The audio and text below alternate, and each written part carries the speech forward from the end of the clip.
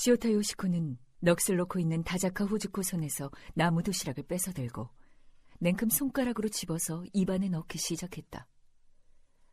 스기모토 다카시는 숨을 죽이고 그 모습을 지켜보았다. 아무 말도 하지 못했다. 그저 눈만 부릅뜨고 쳐다볼 뿐. 김초밥은 7, 8개 들어있었다. 요시코는 그것을 바쁘게 씹어서 목구멍으로 넘겼다. 놀라울 정도로 빠른 속도로 다 먹어치운 것은 물론 오기의 발로였다. 자, 다 먹었어요. 덕분에 배불리 먹었네요. 내가 죽는지 몸부림을 치는지 거기서 지켜보세요. 그렇게 말하고 그녀는 길게 자란 풀 위로 드러누웠다. 부드러운 태양이 그녀의 얼굴을 밝게 비추었다. 그녀는 눈을 감았다. 휘파람새가 지저귀고 있었다.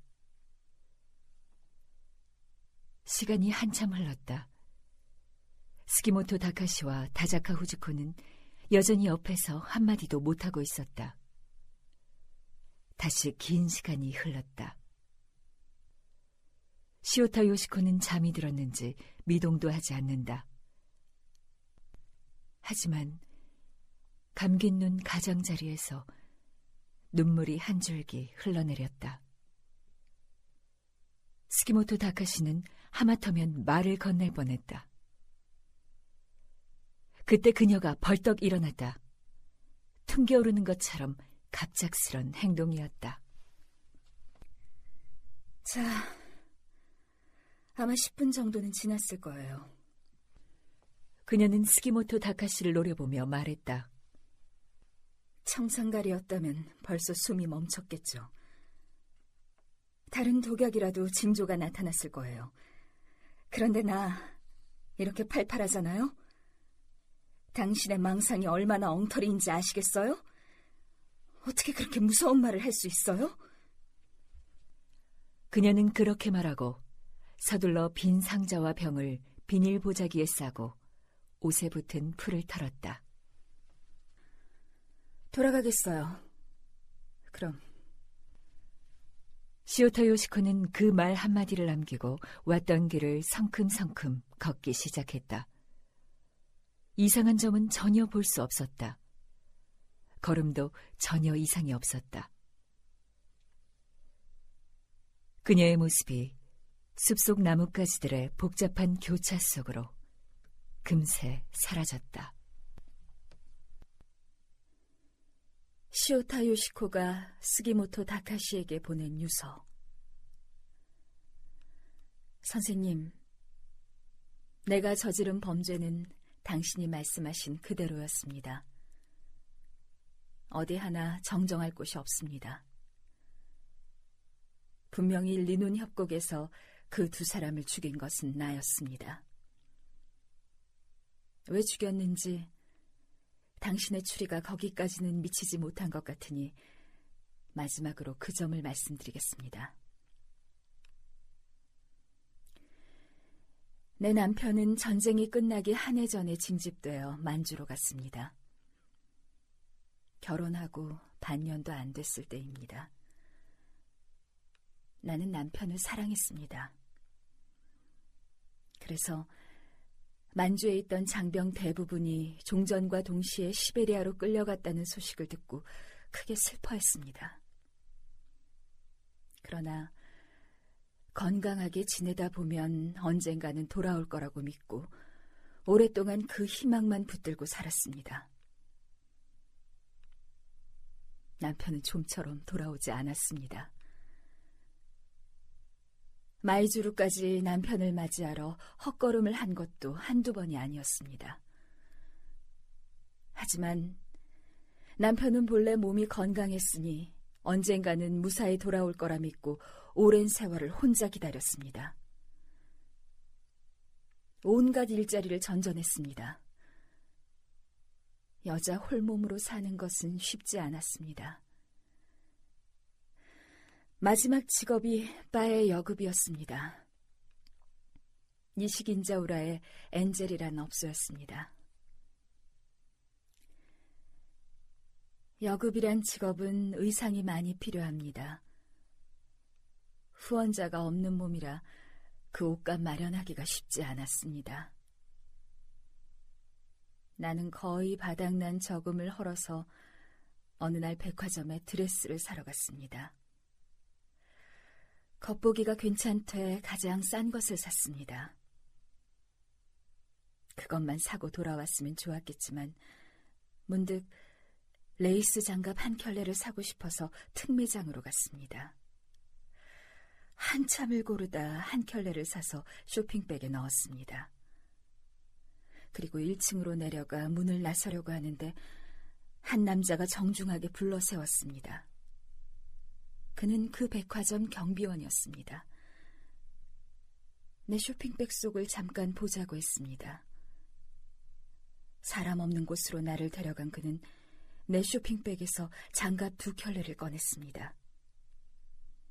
한 켤레는 포장지로 쌓여있지만 한 켤레는 맨 상품 그대로였습니다.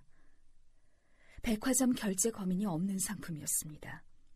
나는 깜짝 놀랐습니다. 워낙 가벼운 물건이라서 아마 특매장 매대에서 쇼핑백 속으로 떨어진 게 틀림없다고 생각했습니다.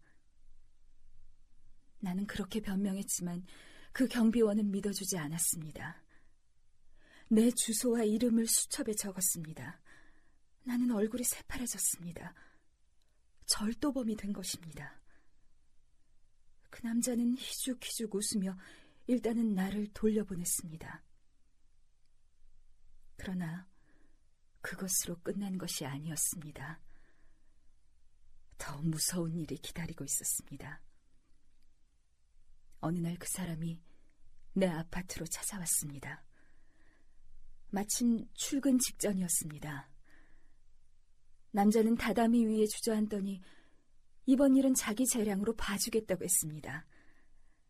나는 기뻤습니다. 내가 고의로 한 일은 아니지만 그런 오해를 받는 일을 모면했다는 생각에 가슴을 쓸어내렸습니다. 만약 업소나 아파트 주민에게 그 사실이 알려지면 어떡하나 하고 매일 전전긍긍했기 때문입니다. 여자를 상대로 그렇게 약점을 파고드는 남자가 그 다음에 어떻게 나왔을지는 상상하기 어렵지 않겠지요. 내가 나약했던 겁니다. 용기가 모자랐습니다. 나는 그자의 강요에 저항할 힘을 잃었습니다. 그 남자, 즉 쇼다 사키지는 그 뒤 나를 따라다녔습니다. 그는 내 육체를 원했을 뿐만 아니라 때로는 용돈까지 우려냈습니다. 업소에 와서는 내 부담으로 술을 마시고 갔습니다. 나는 기둥 서방을 만들고 만 것입니다. 나는 남편을 원망했습니다. 왜 일찍 돌아와 주지 않는지, 그이만 돌아와 주었으면 이런 지옥을 겪지 않아도 좋으련만 하고 생각했습니다. 괜한 자격지심이었는지도 모릅니다. 오히려 내가 남편한테 사죄해야 할 일이었습니다. 하지만 그때는 정말로 그렇게 원망했습니다. 쇼다라는 자는 너무 비열하여 도저히 남편과 비교할 수도 없습니다. 게다가 그는 여자도 많았습니다. 후쿠다 우메코도 그 가운데 하나였습니다. 그는 뻔뻔하게도 후쿠다 우메코를 나에게 대면시켰습니다. 아마 나의 질투를 부채질해서 애정을 만들어 나갈 심산이었겠죠. 내가 거기에 조금이나마 휘둘린 것은 대체 어떤 심리였을까요? 그러다가 소식이 없던 남편한테 소식이 왔습니다. 조만간 귀국할 거라는 것이었습니다. 나는 기뻤습니다. 파란 하늘을 만난 기분이었습니다. 그리고 고민했습니다. 쇼다 사키지 때문입니다. 남편이 돌아오면 모든 것을 고백하고 심판을 기다릴 생각이었지만 그러려면 그 전에 쇼다와의 관계를 끊어야 했습니다. 쇼다에게 사정을 설명하고 애원했지만 그는 받아들이지 않는 것은 물론이고 오히려 나에게 더욱 정욕을 드러냈습니다. 그에 대한 살인은 이렇게 해서 생겨났습니다. 살해 방법은 당신이 추리한 그대로입니다. 후쿠다 우메코를 유인해서 리논 협곡에 같이 놀러 가자고 하자 쇼다는 이 기묘한 소풍을 반겼습니다. 정부 2명을 데리고 간다는 사실에 변태적인 자부심을 느꼈겠죠. 기차는 신주쿠에서 12시 25분에 발차하는 편을 약속했지만 나는 그 전에 11시 32분 발 보통열차를 탔습니다. 기차에 3사람이 함께 있는 모습을 누구 아는 사람이 볼까 저어했기 때문입니다. 그 기차는 K역에 14시 33분에 도착했습니다. 쇼다들이 올라탄 준급행이 닿기까지는 30분 정도 시간이 있었습니다. 그동안 나는 역전 음식점에서 주카소바 라멘을 먹으며 당신의 소설이 실린 고신신문을 보았습니다. 기차에서 내린 쇼다들을 만났을 때 역 앞에서 모모 대신이 연설을 하고 있었습니다. 나는 리논 협곡 숲속에서 쇼다와 우메코에게 청산가리가 든 수제 모란병을 먹였습니다. 2사람은 금세 쓰러졌습니다. 남은 떡을 거두어서 돌아가면 정사한 사체가 남는 것입니다. 일은 계획대로 잘 진행되었습니다. 나는 안심했습니다. 이제 안심하고 남편의 귀국을 기다릴 수 있게 된 것입니다. 다만 마음에 걸린 것은 2사람의 사체를 경찰이 과연 정사로 판단할까 타살로 판단할까 하는 것이었습니다. 그래서 음식점에서 본 고신신문을 구독하기로 했습니다. 다만 그 소설을 이유로 내세운 탓에 당신의 의심을 사고 말았습니다. 나는 남편을 간절히 원했습니다. 그래서 이번에는 당신을 말살하려고 했습니다. 쇼다를 죽인 바로 그 방법으로.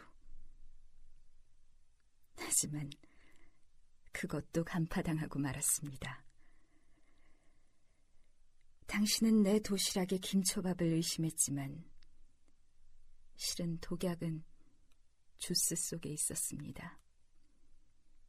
김초밥을 먹다가 목이 메면 주스를 단숨에 들이킬 거라고 짐작하고 그 주스병은 내가 그때 거두어 돌아왔습니다. 공연한 수고는 아니었습니다. 이제 곧 그것을 내가 마실 참이니까요. 출연 구자형, 김희선, 정훈석, 윤미나, 김석환, 이재인, 김민선. 연출 이진숙, 제작 홍용준. 원작 출간 북스피어.